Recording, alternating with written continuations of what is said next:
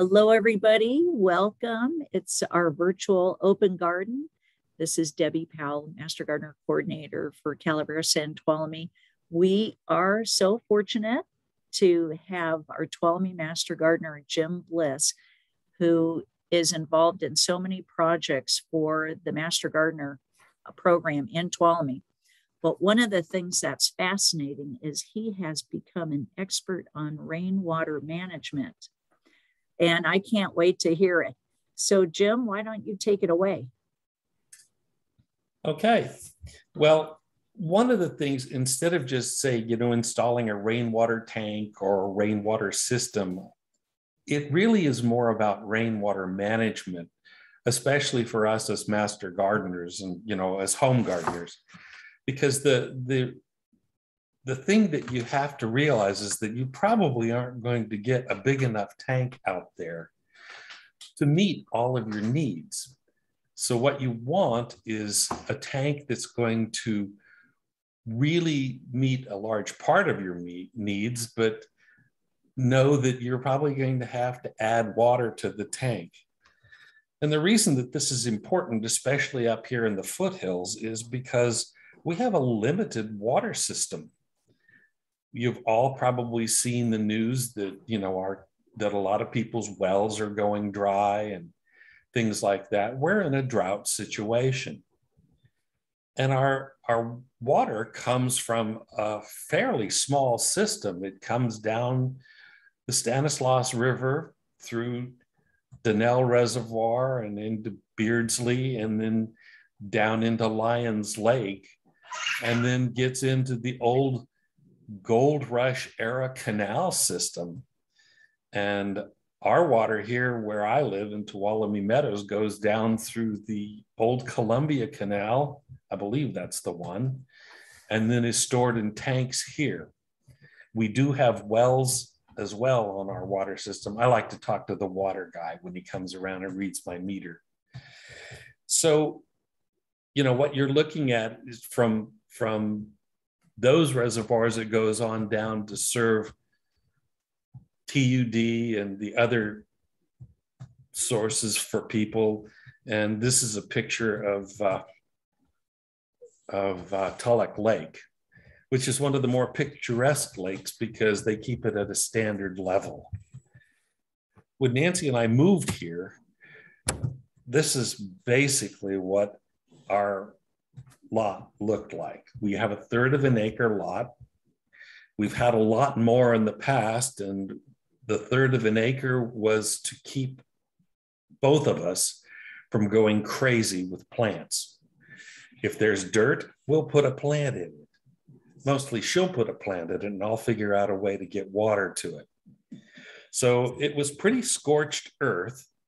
And the people that lived here hadn't done me any favors because, believe it or not, this is not when we first bought it. This is after the summer that we bought it because they were watering the grass and killing my oak tree. So this is looking out on one side yard. Most of our yard is in side yards. And then this is just looking the other direction. That's the same oak tree down towards the road. And that the trick that you have to figure when you buy or when you're about to plant is where can you plant? And when you read gardening stuff, it'll always tell you that your vegetable gardening has to have full sun. One of the things that I've learned is that the area that gets the most sun in a lot like this is going to be where your leach lines are, almost invariably. And this is looking out towards where that shed is where our garden needed to be because that's outside of the leach lines. And the area in the lovely sunlight between the viewpoint of the center of the photograph and the oak tree is the leach lines. And you've got to know that because all of your college professors will tell you do not grow vegetables over the leach lines. And then all of your septic tank people will tell you, if you put a tree there, you're going to be calling them soon. I had to pull out some pine trees that had invaded my septic area. So this is looking the other direction from that. And then our problem area was this. That is like erosion central. Nothing would grow there because in the wintertime, it's a flood area. The water just flows down, and the back of our property is the bottom of my back neighbor's hill. So the water flows down here into a drainage area, and the drainage area goes through to the lot next door. Fortunately, it's not mine. So those are issues that you have to address, and we're on the Sonora Meadows Water District, so we're paying for our water, and it's a limited amount. You get, in this particular district, you get 800 meter gallons, and a meter gallon is about 7.5 gallons of water, because what a meter gallon is a cubic foot. So here's what you've got, and this is the issue, the problem, and then this is what we did about it. This is my vegetable garden a few years ago, and I've got the low tunnels over it, and then that back area in the corner is where the shed used to be. I moved the shed because I wanted that area, which is a little bit out of the way, for the tank. And when you're putting in a tank, you have to have a level area that is solid enough to take the weight of 5,000 gallons of water, in my case. And that's a lot of weight. So I built up a kind of a dirt / decomposed granite base, and then put rock on top of it to kind of solidify it even more. And I was fortunate because the previous owners of this property had spread pea gravel everywhere. And I like pea gravel as long as I don't have to walk on it. But when you're on a slope and you're on pea gravel, you're going downhill. So I put all that pea gravel where I was going to put the tank. And you want to get gravity feed if you can, but I think you can see from the picture, or at least I can because I'm used to it, that that's not a good place to gravity feed the garden. It's gravity feed from my roof though, which means that I don't have to pump the water out of my gutters into the tank. So that's downhill, and the level of my gutter is about 4 feet higher than the top of the tank when the tank finally gets there. So the first thing that people think about is, well, oh my gosh, a 5,000 gallon tank. It's almost 8 feet tall and it's 12 feet around. And you go, how in the heck am I going to get that there? Well, they don't really weigh that much. I was trying to help. I'm the short, stubby one in the middle, but they didn't need my help. One person could have rolled that tank up the 10 to 15 degrees slope that I've got. And you can see in the corner of the photograph that's where I moved my shed to. So I moved the shed around the oak tree and then stuck it back in next to it. And then we rolled that tank up there. And having the tank in place and beginning to save rainwater was actually the beginning of a lot of planting for us, because all of a sudden we weren't as dependent on the irrigation district for our water. So you roll the tank up there and then they just tipped it over into place. And you can see that that's a pretty level spot. It has to be pretty level so that the tank weight will be completely supported by it. You can see the edge of the vegetable gardens in the lower picture, and stuff standing around because we've got all sorts of projects going on all the time.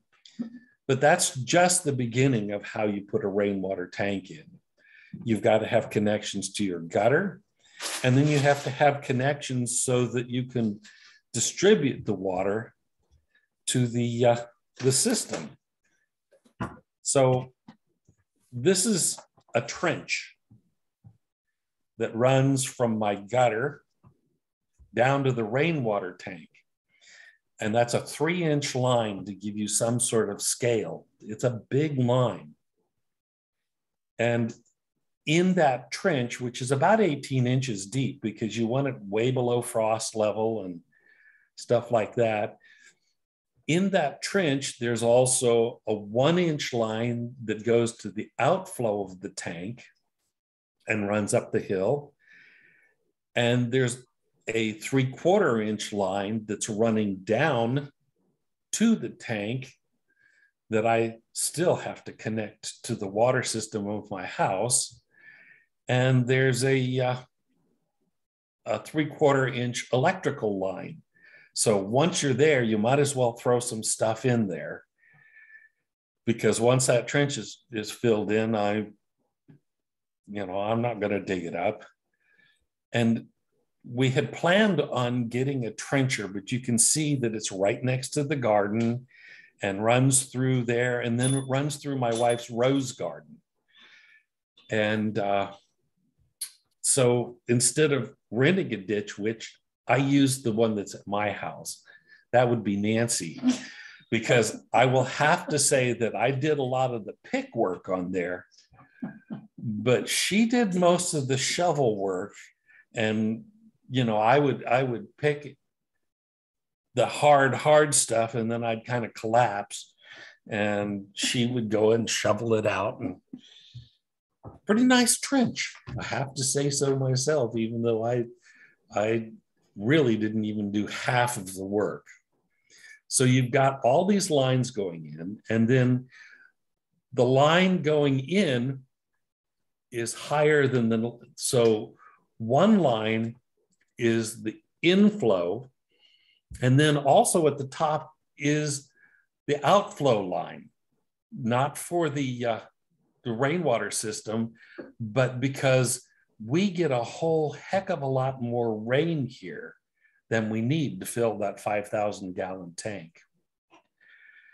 If I get 1 inch of rain and I only have half of my roof hooked up to this system, so I have 800 square feet hooked up, 1 inch of rain will actually put 600 gallons in that tank. That's a lot of water. And so you end up filling very quickly. I'm a weather freak, so I have a weather station on top of my house, and we got 23 inches of rain last year. And to fill that tank, I need less than 10 inches of rain to fill it during a year. I could have 2 of those tanks and easily fill it. But then if I had 2 of those tanks, you can see that I would have a lot of planting area that's just taken up. Area that we've not really planted yet, but after this last summer, it's going to go into extremely drought-resistant planting. So we've got the tank in place, and the reason it's 5,000 gallons is because 4,999 gallons you can do without a permit. If you go over 5,000 gallons, you have to get a permit, and it has to be engineered because of the sheer weight of the tank at that point. And you could put 2 5,000-gallon tanks in without a permit, but if you get into a 10,000-gallon tank, you've got inspectors. And I like inspectors. They're good people, but I didn't want to mess with it. So it's a 5,000-gallon tank. Now, the other thing that you've got to look at is, what's that water going to look like when it hits the tank? Well, you have to put some sort of a filtration system in place. And this is looking along the roof line that feeds my tank. And you can see that I've got a gutter guard system in place. That's my filtration. I got those gutter guards from Costco. They work really well. And it covers that entire gutter. And gutters are designed so that they will drain to both sides. So there's a little downslope on each side. Well, in order to get all of that roof to flow into my tank, which I really didn't need, but I wanted, I have a little gutter piece that's the same shape as the outflow on my gutter at the non-rainwater end. And it's about an inch high. So until I get a real downpour, all of the water goes into the tank. And if I get a downpour, then once the gutter starts to fill up, it goes out both sides, and part of it drains out, and it's trenched through the area that you saw that was a slide. It's trenched through that so that it doesn't just dump out right there and create a river channel. So you've got this system that's got a filter on it, and we get lots of leaves and pine needles and things like that. Most of you are probably aware of that issue living in Tuolumne County. And then you have to filter that water because the gutter's going to have dust in it. And what you're looking at here is my distribution system, the 3-inch line that comes down from the tank and down from the gutters and goes all the way down to the tank. And then there's this other shorter pipe that's just sitting there. And it's got a fitting on the bottom, a black fitting on the bottom of it. And that's called a first flush system. And when the water first comes out of the gutter, it goes into that pipe. And a 3-inch pipe, 6 feet long, holds quite a bit of water. It'll flush that whole gutter. And then it just drips out of that bottom piece. And there's a round plastic ball inside that rises with the water level. And as soon as it's full, it seals itself off so that the water is diverted and goes into the tank.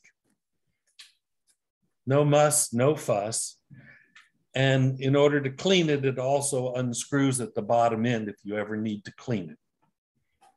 So you have the filtration at the top, and then you've got the first flush system that handles the dust. The other thing you're looking at is basically a 12-station drip system. I have no sprinklers. Everything is drip. And when the rainwater goes away, my grass dies. Grass is just way too water thirsty for me to want to grow here in Tuolumne County.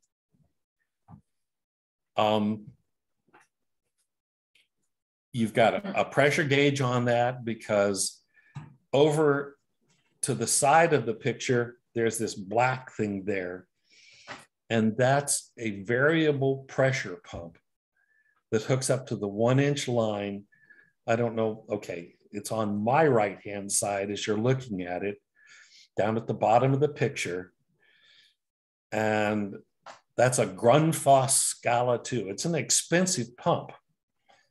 But thanks to the grant that I got, and I'm trying to remember the name of the people, the treasurer of that group is a master gardener, and that's I think that's it's about an eighth. Watershed. It's something like it used to be Sierra Watershed, but Yeah, yeah. but that's an $800 pump, but it puts out 30 psi, which is perfect for my drip system. And then also on the right-hand side, directly over the pump, is a 400 micron filter. So none of the junk is going to go into my rainwater system and go out to the drip. The drip system has got tiny little holes in it. And if you don't have clean water, what you end up with is basically water storage, because no water comes out the end. And you can get algae in those lines. You can get all sorts of things. So the reason that it's so heavily filtered is because drip demands that. Now, at that point in history, what have I got? 1, 2, 3, 4, 5 things hooked up. I've got a lot more hooked up now. And it's all controlled by one of the modern smart controllers. For example, yesterday we had rain forecast. We didn't get much here, less than 1,000th of an inch is what my gauge showed. But the system is smart, and it actually works into the weather system, actually uses UC California data, hooks up to it, and it'll tell you how much water you need. And it'll, when it's really dry, it'll shove out more water to the system. When it's going to rain, it shuts itself off. So yesterday, our system didn't come on. But because we got so little water, we can turn it on manually. And it's controlled by your cell phone. So it's hooked up to my Wi-Fi system. And say I'm in the Bay Area and I know I need extra water, I can do that. I can turn any one of those valves off. For example, one of those valves goes to a few potted plants on our deck. And it gets 5 minutes of water through a half-gallon emitter. And we can, we see that the petunias and the pansies are looking a little bit parched. You can sit there on the deck and turn it on and water them without getting up from your seat. It's amazing, Jim. Can I ask you something about your system? Sure. I'm looking at it and I'm thinking, oh my gosh, I wouldn't know where to start. How did you figure out how to do this? Well, I've had drip systems starting. The first drip system I had was on a 10-acre vineyard that my wife and I owned and operated in near the Fresno area. That was my first drip system. And I had about 10,000 drippers on that system. So I learned about filtration. It was off a well. And so I had sand and I had to clean the filter often, because the well would kick up sand. And so I learned basically from that. And then I also used to work at a hardware store, and part of my job was designing sprinkler systems. And they sent me to training and stuff like that. And from sprinkler systems, you can go online and get these design your own drip system things. And they're really pretty good for somebody who's starting. You want to read it, and then you don't want to buy the parts that they're suggesting. If you take a look at the bottom of each valve where it hooks up to the hose, you can see that I'm using a system that you put the hose on and then you screw a wing nut kind of thing down over it to cinch it in place. I use only that type of a fitting where it has a collar or a nut that screws down on it, because if you don't, like the just push it together kind of fittings and stuff like that, eventually they work themselves loose, because every time you turn that system on, you get a water hammer that's trying to break your system apart. It needs a little bit of mechanical help to hold itself together. So that's basically the biggest part of my water management. I would have that kind of a system whether or not I had the tank. But with the tank, it makes the water go a long way. And once you've got your system in place, I actually, because I was in the Master Gardener program, I actually downloaded a lot of water usage data from my plants. And, this one uses half a gallon a day. I have about an 8-tree orchard that's all dwarf pruned. They use a lot of water a day. My grapes take 7 gallons of water a day if they're going to be productive. And so all of that stuff is really important to know.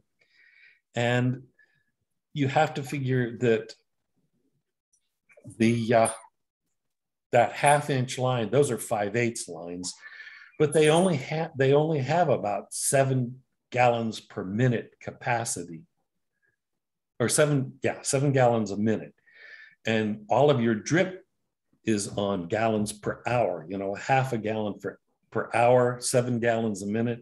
You can figure it out. You can throw a lot of drippers on one of those lines, but you have to maintain pressure, and you have to think about the ups and downs as well, because the pressure is going to be greater at the bottom of the hill than it is at the top of the hill. And then you also have to, especially up here, you have to figure out a way to drain the lines in mid-November.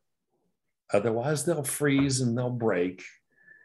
And so each one of those lines has got a hose fitting at the bottom that allows me to just open it up and leave it open all winter long. So this is where you kind of start moving. This is the view towards the tank. And you can see the tank is exactly where that shed is, and it's about the same size as the shed.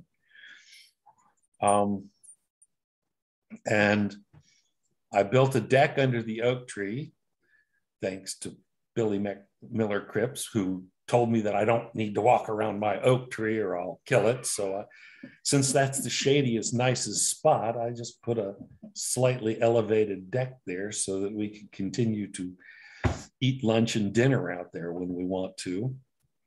It's also a wonderful place in the wintertime because the sun hits that, and you can sit out there when it's freezing in the sun and be warm. So you can begin to see the beginning of what we're doing. And that's towards the vegetable garden. And you can begin to see, instead of the 2 raised beds in that first picture, there's now 6 raised beds back there. This is that same picture looking downhill. And you can see that, there's poppies and chrysanthemums and a whole line of iris along the house that, according to the state of California, we now need to rip out because they're too close. And then downhill, this is obviously, early spring because the grass is green. This is the prettiest time of year. But the grass is now pretty much parched, just like it looks in the first picture, but there's 8 trees down there in that lower level, below the level of my leach lines. And then probably the most dramatic is this area here. So when I talk about water management, I'm not just talking about the tank. You can see how you've got that nice even slope for the water to slide down in the dirt picture.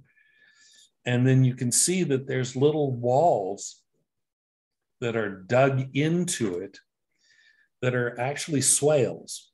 So the wall is at one level, and then there's a hill that goes up about 6 inches almost immediately behind it that catches the water that's coming down and holds it until it goes into the ground. And, you know, we try to keep that area back there mostly with drought-resistant plants and things like that.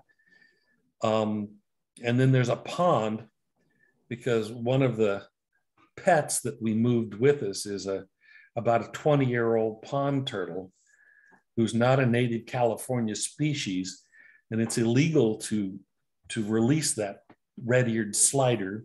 We don't want to anyway. And my son brought it home when he was working at a pet store, and her name is Plop, because that's the sound she makes when she hits the water. But she sits up there in suns all summer, and you know, it's quite a different kind of place than it was when we first moved in. Hey, Jim, I think it's so interesting that your whole yard has been thoughtful about water. Every place you've thought about water. And I love it that you know how much water your plants take. And along that line, I'm wondering how now your fruit trees, they're probably how big now? They're about 7 feet tall, the big ones. I've had my ups and downs with different fungus diseases and stuff like that. I wanted an apricot tree, but after having replaced it once and having it die again in a different place, I don't think I'm doing an apricot. I've lost 2 plum trees. Wow. How much water do those size of trees use per day? Have you figured that out? I have, and I'm trying to remember. I need about 10 gallons a day on each of those trees. Okay. And it's best to put a lot of water on them once a week than it is, or a few times a week than it is to just kind of water it each day, because that'll get surface roots, and I want the roots going down. If you take a look at this snow picture, you can see I've got the covered tunnels, but you can see there's 2 tunnels there, and then there's 2 beds right below it. And then there's another 2 beds that go on the outside of the water tank. And that's the 6 raised beds that I've got. It's more than enough. And, you know, we basically plant the 2 tunnels during the winter and let the rest of it go fallow. Nancy's talking about putting clover in them this year, just because she can, I think. And it'll help the nitrogen in the soil. But you can see why I had to bury the pipe so deep, because of the freezing. And when you look at it, you know, this is kind of the end of the garden season and stuff like that. I actually keep track of how much water I'm putting into that tank. I start with the 5,000 gallons. And, you know, I know that I also invested in a water meter that comes off of that pump. Wasn't in the picture, but I looked at it this morning, and I've used a little over 11,000 gallons of water this year on the gardens and things like that. And 5,000 of that came from the rainwater tank. Where do I get the rest of it? Well, it all goes through the tank. No irrigation happens here, except for Nancy with the hose, which is a common occurrence. But basically our drip system and everything has used water from the tank. So I pump the water into the tank right now I haven't got the 3/4 inch line finished plumbing, but it's going to be a short 10-foot hose that goes from where that spigot comes off to the inlet on the tank. And that way I can just pump the water in there and I keep track of it. So I've added, when I worked this out the first time, I had added 5,000 gallons to the tank from the irrigation district. Now, if I just added 5,000 gallons to the tank, they charge me a lot of money. Water's ridiculously cheap up here, but it's still, once you go over your allotment, which in our irrigation district costs us $49.99 or something like that, but that's for 800 meter gallons. And like I said before, a meter gallon is about 7.5 gallons of water. So what I do is I read my meter, and when it looks like I haven't used nearly as much water, we never go over, but when I haven't used that much extra water from the household, I pump it into the tank. I start in June, and I added about 1,000 gallons at a time and fill the tank up a little. And by doing that, I don't have to pay for my watering my plants and stuff. And I get about half of the water that I use on my gardens from the rain in the winter. And the other half comes through the irrigation district. And I was told by our meter guy that it's chlorine, and that will work its way out of the water. But Lisa says, no, it's chloramine. We checked it. So I thought I was evaporating all my chlorine out, but this probably still got some chloramine in it. But hey, Jim, anyway. I think that's a really clever way of managing your costs from your water district.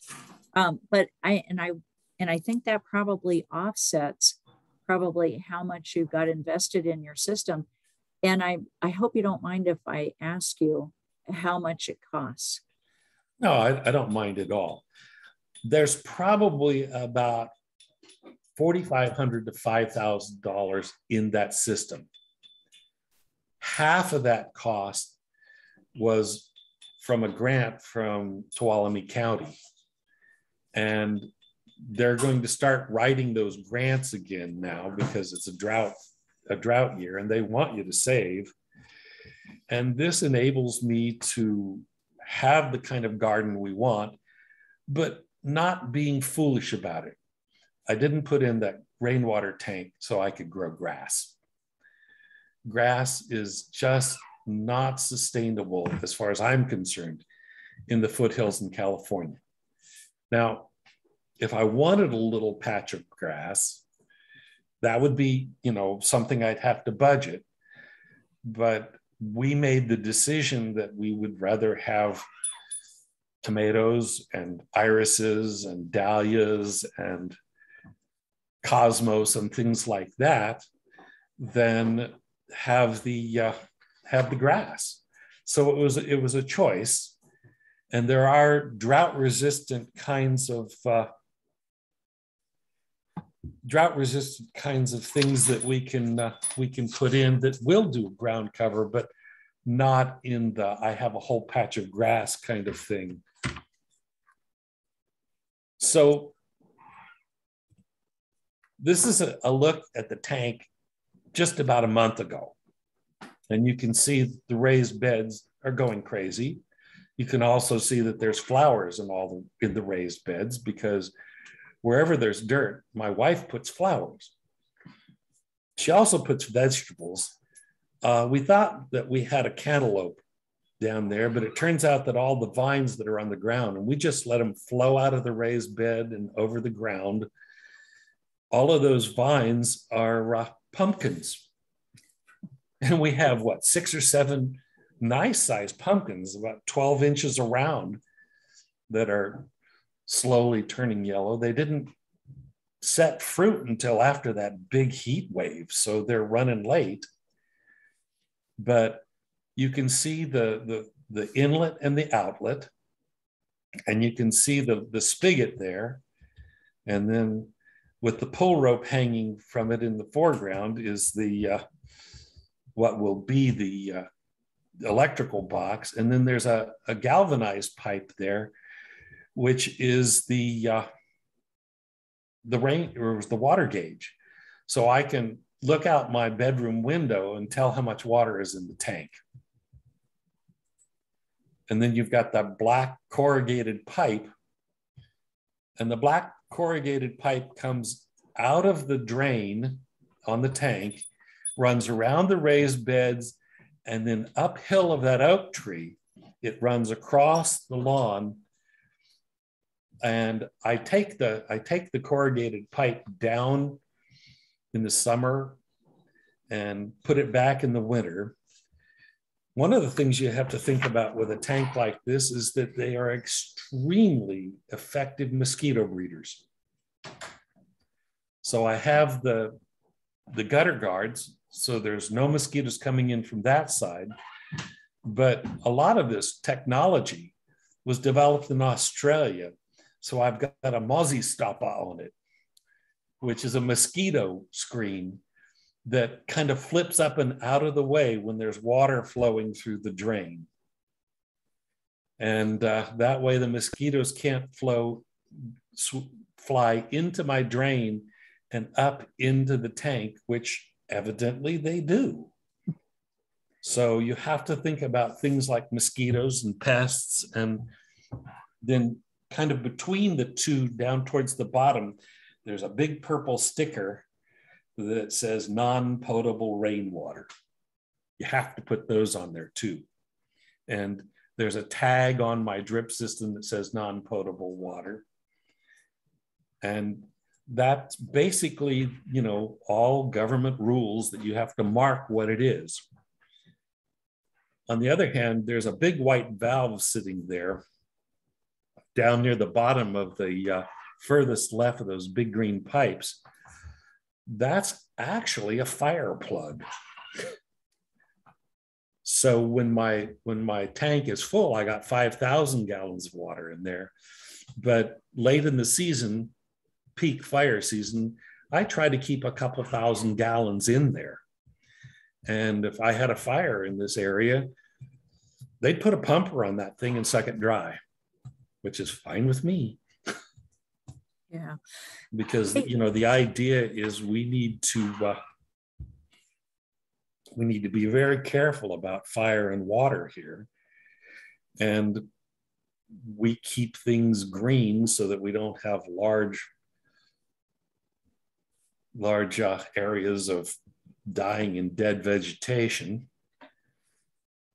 Hey, Jim, Yeah. I'm thinking if somebody didn't have the space, they could maybe do a smaller, like say, for instance, I've got 55-gallon barrels. Right. You know, maybe, you know, if somebody doesn't have the space or the money for this type of setup, but maybe they could have these smaller things to capture the water. But because I just love your idea as far as using enough water from your own individual water company, and using that to help manage your water that you're using on your plants. So you don't have to go big, maybe even smaller. This is a huge system, but I also have a couple of 55-gallon drums scattered around the property. One of them's on my shed where I collect water, and, you know, 55 gallons is 55 gallons. And, you know, it'll water my trees for a week. And, you know, the more you can collect, but the issues of mosquitoes and things like that, they apply to 55-gallon drums. Right. You've got to really think about that. So when you're managing your water, we think about plants, but the other part of it is, how come that's not working? There's a lot of wildlife that collects around the water areas of this. This is the pond that's up at the top of that slippery slope that we've developed. And in the bottom picture, you can see that's a big squash plant. It's a, what do we call it? What is that? It's a Trombeta squash plant, which has turned into one of our favorites. We bought our first Trombeta from a garden sale before we knew anything about, what we should plant here, but we've been saving seed from it. And this year they didn't do too good, but, throw a squash in there, put a dripper on it, and it's lush and green in the summer, and it's, a nice snowscape in the winter. And we have woodpeckers around here, and the turtle obviously is the king of that, or queen of that pond. And I have a stream that comes out of it. You can't see where it's running in the bottom picture, because the squash is surrounding that stream. And it looks kind of like one of those mountain streams with the big elephant ears in it. And the squash leaves are about to scale with my stream. But that just fills with finches and stuff on those flat rocks where the water is about 1/4 of an inch deep. And you can sit in my dining room and watch the birds take baths in that little trickle of water. That is absolutely beautiful. We do have a quick question, and that is going back to the technical. Did you get technical help from the watershed people, Jim? I did. Okay. And they will help you design it. And I was enough of a geek that I handed them my design, and they did all the math on it. Actually, I have to say they did the math again and said, yep, this is good, let's put it in. So I did the background work and stuff like that on it. I actually did it before I ever moved up here.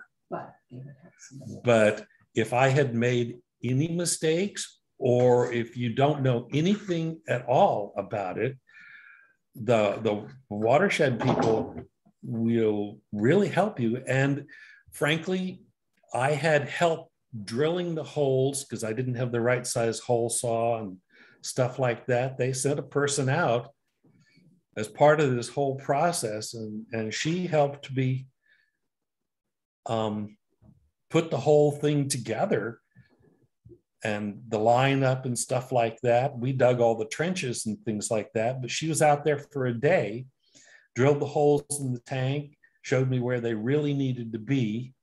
Because I think I probably would have made a mistake there, because those are the little details that can escape you. I wouldn't have put I would have put my drain level higher than it is. It's about the inlet pipe goes in, and the outlet pipe is about half the distance of that pipe higher than the bottom of the inlet pipe. The top picture of the stream, you've got that yellow flash with a red head. That's the only time I've seen a tanager up here. And I just happened to have my camera ready. And we were talking earlier about, rock collecting and stuff like that.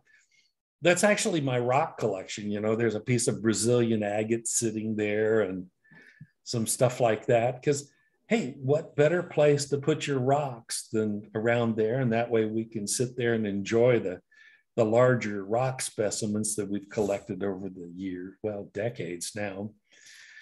And the woodpeckers, they love this area. And, they're fun to watch. And when they first hatch out, they travel in gangs. like a bunch of hoodlums, you know. We'd have 4 woodpeckers descending all at once on the back pond area where also the bird feeders are, and everybody else would scatter, even the blue jays. So it's kind of fun, and it's beautiful. It's your garden is really beautiful. Well, that was last year, I have to admit. It's prettier last year than it was this year because of the weather. But we did get vegetables and things like that. And, you know, it's okay. I'm trying to get to the last slide here. This does have an end. I'm going the wrong way. Wow, look at that bounty. That's the vegetable garden this year. Last year. And last year, we got over 100 pounds of tomatoes. And it was, we still have frozen tomato sauce. We boiled it down. And this year, we didn't get nearly that much in our tomatoes. It was a little disappointing. But in the top picture, you can see that there's 6 beds there, and it's early enough that our squash hasn't really come out. And, you know, right now there's pumpkin vines and squash vines all over the place. And so it, you know, it's really productive. And I know you're looking at the cement mixer at the very background of the top picture, and you're going, what the heck is that? That's not a cement mixer.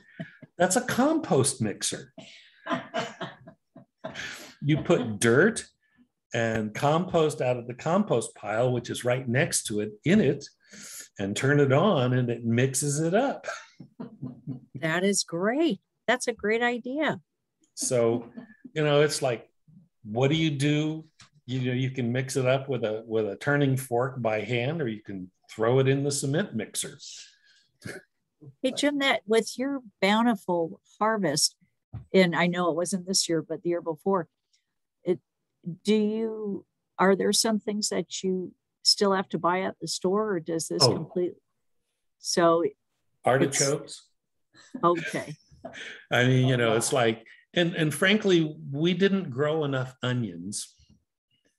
We had onions and they lasted well, but we're out of onions right now and they're not ready yet. So, because they're an over the winter crop here.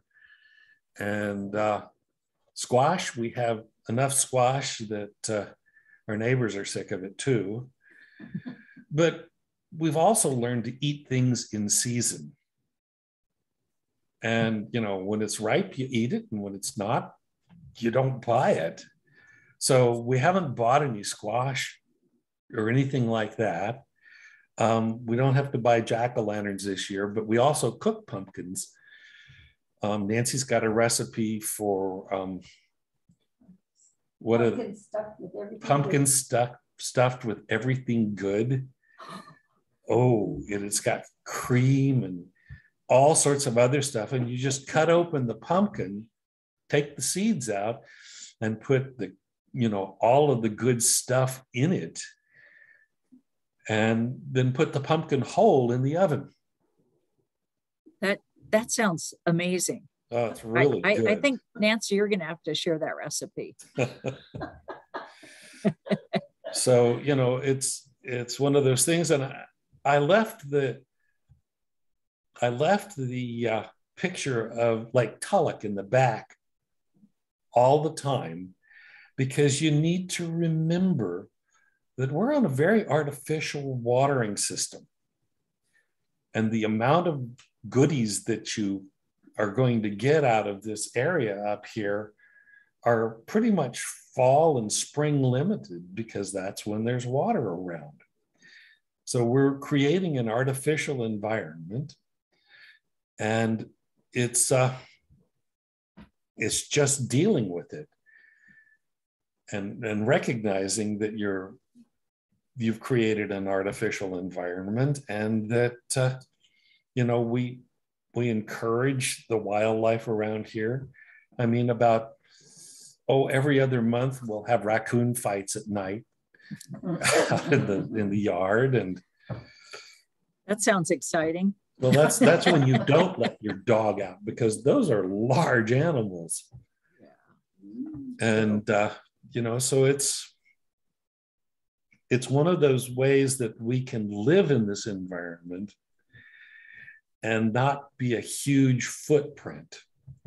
If I was going to grow grass in this environment, I would kill that oak tree. Right. No, you've thought of everything.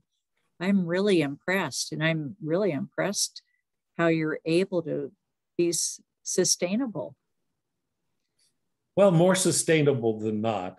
We still buy minced garlic, even though we have garlic that, we grow garlic and spinach. And the other thing that we grow quite a bit of is Swiss chard.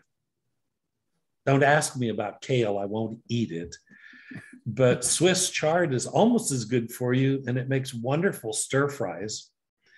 And in the winter, in those covered beds there, we've got bok choy, Swiss chard, broccoli and cabbages and stuff like that. And we're at 2,600 feet. But pretty much anybody below us, and actually above, to a certain degree, if you use those low tunnels like that, what I've read is that low tunnel will give you about one zone increase. So we're in zone 8A. Inside those tunnels is zone 9. But you have to remember to water them, because I'll water those all winter. So you're growing vegetables successfully year round, it sounds like. Yeah. Okay, that's wonderful. And then in the wintertime, I'm assuming if you have a normal winter, you don't have to worry about watering the vegetables. Well, actually, they're covered by plastic. You do have to. Oh, you do? Vegetables. Okay. So that's kind of a pain, but you have to water your veggies in the winter. Right. And that water still comes from your tanks or your tank. Well, Okay. We just have to watch the freezing, though, and open things up. I'll open up everything except for the vegetable garden. And then the vegetable garden, I'll still water, but it's not coming off of city or anything else there, even partially. That tank will be full by just after Christmas, I hope. Yeah, no, this is wonderful. Your garden is amazing. And learning about the rainwater management system that you have, I'm very jealous and envious, and want one too. No, I'll be honest.